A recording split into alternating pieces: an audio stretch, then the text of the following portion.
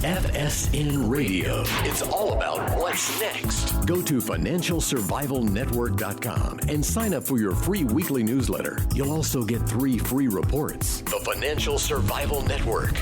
It's all about what's next. Welcome. You are listening to the Financial Survival Network. I'm Kerry Lutz. Hey, we are in September. It is September 4th, 2019. Hard to believe. Hey, got totally lucked out. I was in New York. I came back on Sunday to Florida. They were saying, you're crazy. The hurricane's coming. It's going to destroy Palm Beach County. And I said, look, I've been through a couple of these before. I know the weathermen lie. They have to create a sense of urgency, a sense of panic in order to get you to act. Because otherwise, if you think, well, it's probably not going to hit, you're not going to make preparations. And then if it does hit, they're responsible. So this is just CYA for the meteorological community. And this, well, obviously, if you were in Grand Bahama Island, Marsh Harbor, Abaco Island, this was an apocalypse. It was the most horrid thing I have ever seen. It's made New Orleans look like a ride down the Seine. You know, it was nothing compared to this. These communities, I've been to Grand Bahama Island, to Freeport numerous times, so close to Florida, easy flight. You could take a boat there, and it was a nice little sleepy community, and now it is pure devastation. Luckily, Florida, we fared better. Well, hey, there's a lot of disasters going on in the world. Some of them are seen and some of them are unseen, and they're emerging. Some of them are natural disasters and some are what they called man-made disasters. And certainly when you look at the global economy, we're looking at a lot of man-made disasters here. When I talked with this person last, gold was comfortably at $1,350, and that was back in mid-April. And now we've come a little ways since then. As long as I'm mentioning the gold price, I should say what it is now. $1,544.30. It's down about $2.50 today. Silver up 6 cents to $19.28. Silver, when we were talking back then, silver was down close to $15 the ounce. It's up $4 since we last spoke. $4 and change. Person I'm talking about, Chris Vecchio. Make sure you check out his website, Daily, DAILYFX, frankxray.com. And Chris, lots happened since we last spoke, hasn't it? A lot has happened since we last spoke, Kerry. Thank you so much for having me back again. This environment we've seen defined by constant news flow around the U.S. China trade war, day-to-day updates on Brexit, and what central banks may do in response has proven to be an incredibly bullish environment for precious metals. What we talked about back in April was essentially how we're looking down the pipeline at all these political risks, and central banks would be forced to respond with lower interest rates. You know, if you want to think long-term, gold and silver are those hedges against sovereign incompetence. Those are the historically long-held stores of value for human history. And so when gold and silver gain ground, it usually means there are things that are going on in the world that aren't so great that lead to people believing that stability of the current financial regime may be under pressure. And the last few months have given us plenty of reason to think that the current trade environment that we've known for the last several decades is on its last legs. Mm-hmm. Well, you know, that's an interesting thing that you wonder. It's gone on for so long, Chris. We've been kind of in limbo for 10 years, and now you're thinking that it's all coming down to this? It really feels like it is coming down to this. And there are legitimate grievances that the United States and other Western countries have with China. China, first and foremost, has a tendency to steal intellectual property. There's no other country in the world that operates on the economic scale of China that requires foreigners to effectively hand over their business plans, their intellectual property when they operate within the country's borders. So this is a long time coming. There's a reason why, despite the fact this being something that's so bad for trade, a lot of companies initially didn't speak up against it because they said, you know what? We actually could use a recalibration of the relationship with China. It's a long time coming. They have been taking advantage of the U.S.-led system ever since they entered the WTO in 2001, and certainly between automation and the entrance of China in the WTO in 2001, there has been these seismic long-term forces working against the average American worker. And so if we are going to see supply chains come back home, if we are going to see the United States reindustrialize, so to speak, it does mean that we need to confront some of the other countries that are taking part of that share away from us. But I think we need to think long-term here because the current trade system is really predicated on the Bretton Woods system that came into focus in the waning days of World War II. And what I don't think people appreciate is that in those waning days of World War II, it was John Maynard Keynes, as the representative for the UK, who proposed that the world switch over to a Bancor currency, B-A-N-C-O-R, a Bancor currency, as opposed to the British pound. Of course, he lost that fight, and instead of the world revolving around the Bancor currency, the gold standard was pegged to the U.S. dollar. Now, the U.S. dollar and the gold standard were in effect until obviously Richard Nixon broke it apart in the early 1970s. But the problem with the gold standard was that the rate of economic growth in most of the world, particularly Western Europe, was exceeding the growth of the gold supply. And so what effect that you had was as economic growth increases and the supply of money stays the same, you effectively have deflationary forces working against you. Now, we all know when the gold standard gets unwound, you have the oil shock, all of a sudden, massive inflation. The point of this, though, is that when these systems were put into place, when the Bretton Woods institutions like the World Bank and the IMF were put into place, the U.S. dollar was at the center of that financial system. And the U.S. economy represented, roughly speaking, 50% of global output in terms of manufacturing. Today, the United States only accounts for roughly 25% of global manufacturing output, which begs the question, if the IMF and the World Bank are represented by countries whose overall share of global economic output is decreasing, what happens to those countries who are not represented in those institutions? Would a country like China or emerging countries like India or South Africa or Brazil want to operate within the bounds of, say, the U.S. or Europe-led system where, despite having a smaller and smaller share of the pie, those countries still retain the largest voice? And I say, no, those countries would not want to participate in that system. They would look for an alternative, which brings me to the One Belt, One Road policy that China is enacting. This, to me, is a noose around the global economy's neck. China is offloading debt into emerging countries in Asia and Africa, and as a result, they're getting preferential treatment for investments. These countries are turning to China's development plans because the United States, Europe, are not giving these other countries a seat at the table. And so when we talk about the seismic impact, the political machinations that have happened over the last several months, I can't help but look at gold and silver and say, this is an environment where precious metals are doing incredibly well, but so too is the US dollar. That's really unusual. And that means that there are people who are thinking there are other issues going on in the world that require haven beyond simply shifting assets from higher yielding currencies to lower yielding currencies.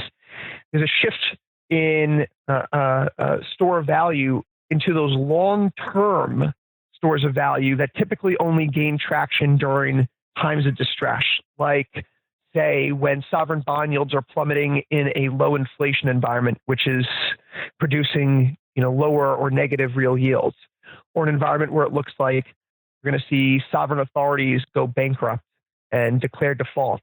And yet here we are in the United States, U.S. equities are hovering just short of all-time highs. The unemployment rate is near cycle lows. The U.S. dollar is up at its highs of the year right now, and gold and silver are on fire. So this to me is a warning sign. It's the canary in the coal mine. You shouldn't see precious metals do well in an environment where the dollar is doing well. And that they are speaks to some longer term concerns that may be creeping into the picture for the greenback. I know we like to think that the US dollar is going to be the world's reserve currency forever. But the fact of the matter is that the U.S. economy is becoming a smaller and smaller piece of the global pie. And so I think it would do well for U.S. officials, and I said this previously, but it would do well for U.S. officials to try to gain allies in their fight against China before going at it against China alone. I know that we have our own issues with the EU, but I feel very strongly that if we want to resolve our problems with China, resolving the problems with the EU, with Japan, with Korea first, with Canada, with Mexico first, would give us more credibility and more firepower. The Trump administration would be able to concentrate their forces and their efforts in one spot, and they would have people like the EU, they'd have Canada, they'd have Mexico on board to recalibrate the entire global economy that is producing unfair outcomes in favor of a country like China. Yeah, so we're in for this battle. It's going to continue on for quite a while. And what do you think, though? China is like, I understand the allure to break the Anglo-American stranglehold, shall we say, on these emerging countries, but they're finding out that China isn't necessarily the cure to all that ails them. I'm with you 100%, which is why I describe the One Belt, One Road prospect or alternative outcome as kind of a noose around the global economy. American-led capitalism perhaps right now is seeing some cracks because I think the average person can see it. It's not true capitalism as Adam Smith envisioned it. This is crony capitalism. Crapitalism. And so there are people, right? Crapitalism, right? And so there, and so there are people out there saying, okay, well, look at what's going on in the United States and in the UK and in the Eurozone over the last 10 or 15 years with the housing cycle bust and the global financial crisis and the Eurozone debt crisis. And perhaps this means we should be looking for an alternative.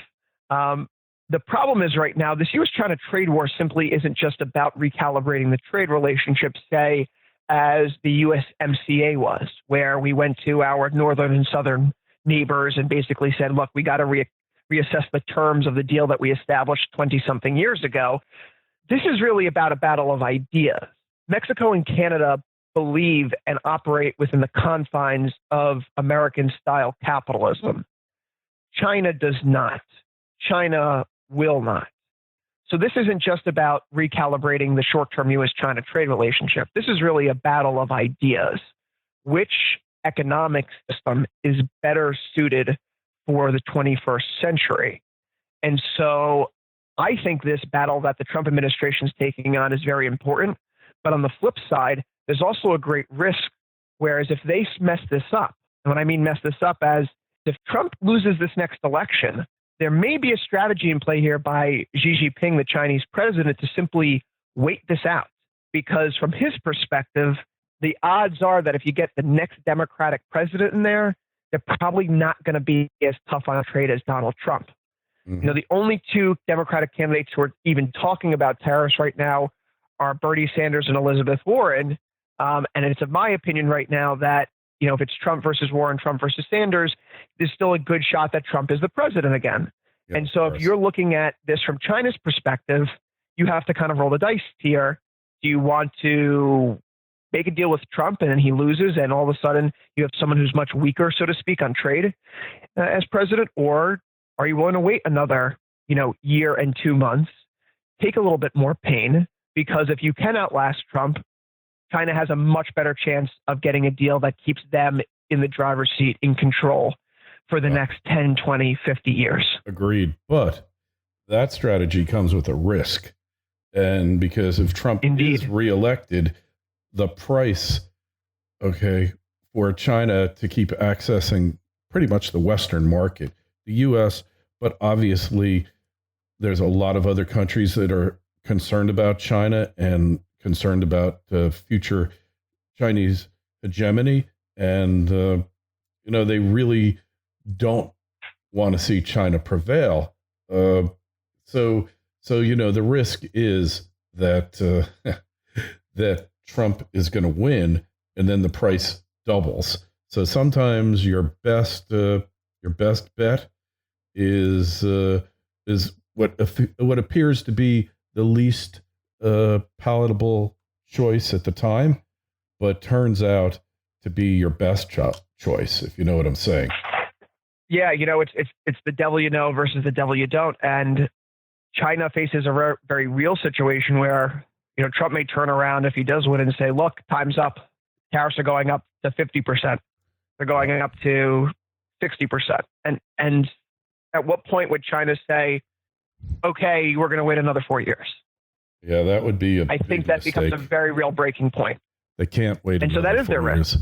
And let's also look at the fact that the Chinese economy, not really too robust now. They're actually probably getting negative real rates of growth. They're literally bailing out banks, a couple of banks a month, because the banks there don't really work on the profit motive. They work on the crony power structure, just make loans to enterprises, whether they can afford to pay it back and worry about it later. There's a lot going on here and a lot of moving pieces.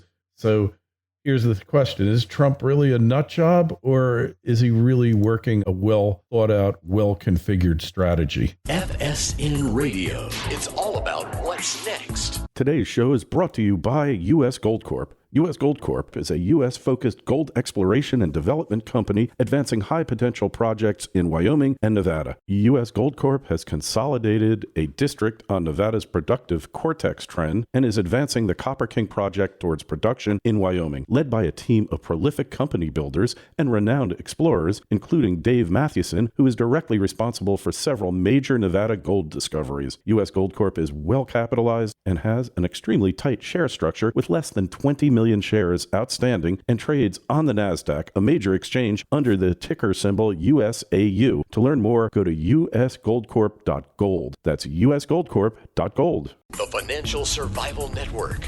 It's all about what's next. I think it's somewhere in between right now because I understand the motives that the Trump administration have as they undertake this very real and very necessary fight. My only quip is that I think the form and fashion in which it's being done may prove to lead to its demise. Ultimately, at the end of the day, you look at agriculture, for example, soybean exports to China down 95% from their peak just a few years ago. At a certain point in time, buyers find alternatives to supply chains and they stick with them because they develop relationships. They don't want to harm those relationships for the future. So China right now is still importing soybeans. They're just not buying them from the United States. They're buying them from Brazil, for example. Yeah, well, that'll only last for so long, though, because, there's only so many Brazil soybeans. Has its own problems. And there's only so many sources of soybeans. My guess is they're being transshipped down to Brazil, and Brazil is buying in the open market, and they're selling them to China. That's what's probably happening, because Brazil in and of itself doesn't produce enough soybeans. Exactly. Yeah. Right. And this is where the trade war can really expand out, because now one thing that's come into the field to this exact point that you're speaking to, Vietnam. Yeah. Vietnam, if you look at their export and import numbers, their imports from China have gone up by 20-something% year over year. Yes. And so have their exports to the United States. Funny how that. And so it's very clear. Yeah, the Trump administration has just turned their eye on Vietnam. But it's very clear then if you look at the data, China is offloading products to another country, which is basically a stepping stone to export them to the United States. And so there are multiple cracks, multiple loopholes in this trading system right now that's been in place since NAFTA was signed into law, since China joined the WTO. And so this really is a necessary war if we're going to make this a fair trade system where, we can see that capital and labor can grow and prosper hand in hand. And right now, it really can't, because we can see how workers in these Western economies are losing their shirt to companies that are shipping their jobs overseas to cheaper labor markets. Yes. And so this is going to be a protracted war.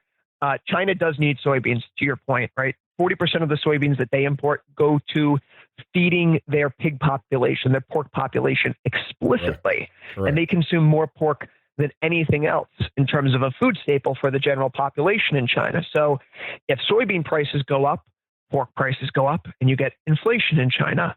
And so this is a balancing act, right? China can only push so hard, because if they push too hard, then you risk inflation. Well, as you said before, the economy in some aspects is already in decline. You look at their PMI manufacturing figures, that's below 50, signaling contraction. And so China is facing some very real issues.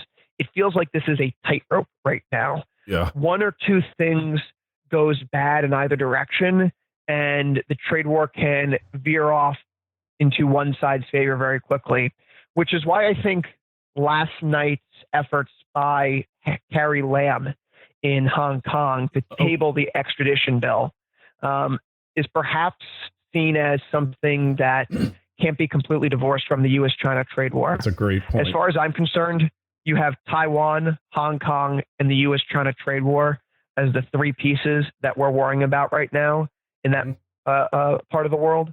And if China is going to push on more aggressively on the U.S.-China trade war, it can't be so aggressive with Taiwan and Hong Kong, because then it risks sanctions or greater pushback from the West.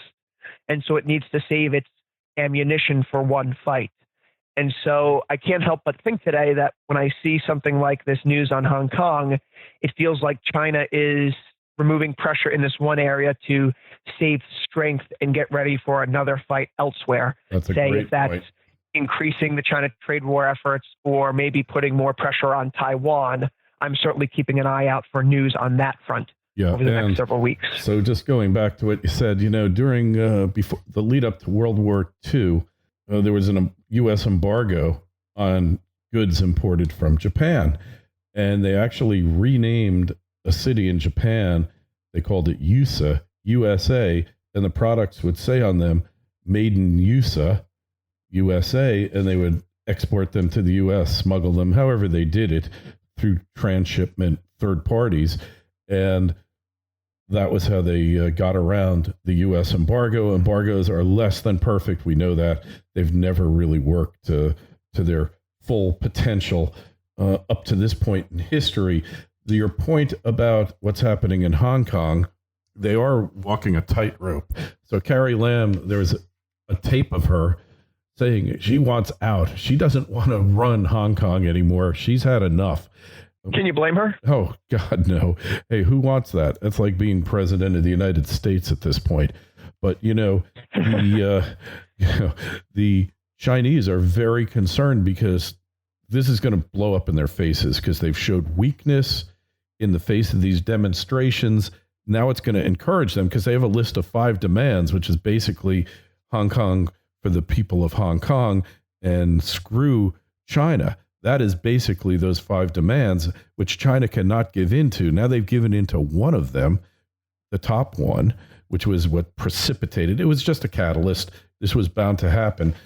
China is going to see this situation escalate out of control. They can't send in the troops. Agree. They cannot send in the troops, because that will give all the other countries of the world the justification of pointing to them as monsters and saying, we're not going to do business with you. That will lead to a government change in China.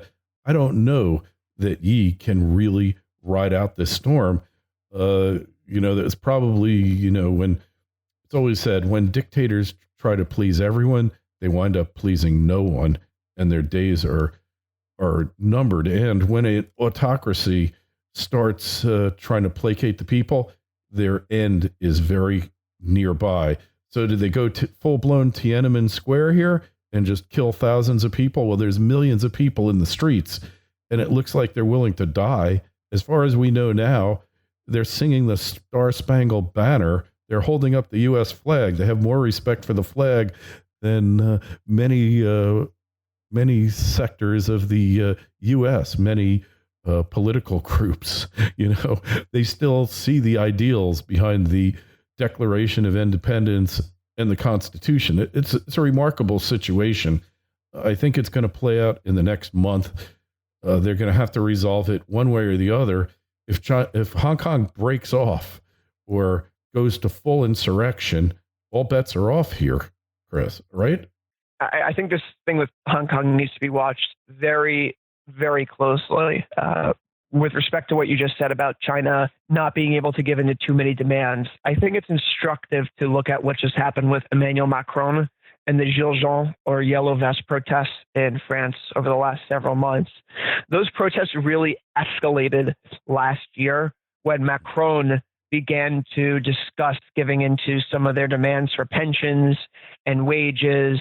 And it's not that the points that they were making were valid or invalid. I'm not speaking to those policies, but as a point of negotiation, when your opponent has an opening gambit that is incredibly strong and the first move that you make is to acquiesce, it doesn't exactly give them any reason to stop pushing any harder. It's an incentive and so to right continue. Now,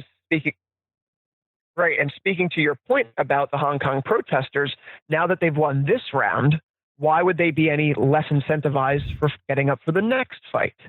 And so China is walking a tightrope here. They need to be very careful with how they handle this because it can spiral very quickly. Ultimately, this one nation, two system type of deal they have there, it can't last that long because Hong Kong and the way that it's run and the way that its people behave and more importantly, the ideals they believe in simply don't mesh with a communist China. And I want to touch on one thing that you mentioned previously because it's something that I've thought about for a very long time. People tell us that the U.S. and China, this really can't spiral out of control because, well, these are the two world's largest economies.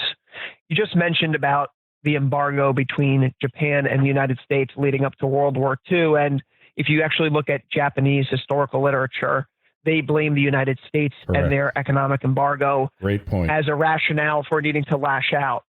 So let's take a step back to World War I. There's a great book called The Guns of August by Barbara Tuck. Oh, yes. Won a Pulitzer Prize several years ago. The Guns of August is about a 3-week period in August 1914 that precipitated the events leading into World War I. Now, before World War I, England, Germany, Russia, these are some of the world's largest economies. England and Germany are the two world's largest economies and each other's largest trading partners. Tsar Nicholas, Kaiser Wilhelm, and King George are first cousins. Yeah. And so the contemporary train of thought is the world's largest economy run by family members. There's no way that these countries go to war. No one saw it coming. But then, of course, no one saw it coming. No one saw it coming. And of course, one thing leads to another. A British frigate chases a German ship through the Mediterranean. The German ship loses its telemetry, and so it ends up sailing north instead of west. It goes to Turkey instead of towards Gibraltar.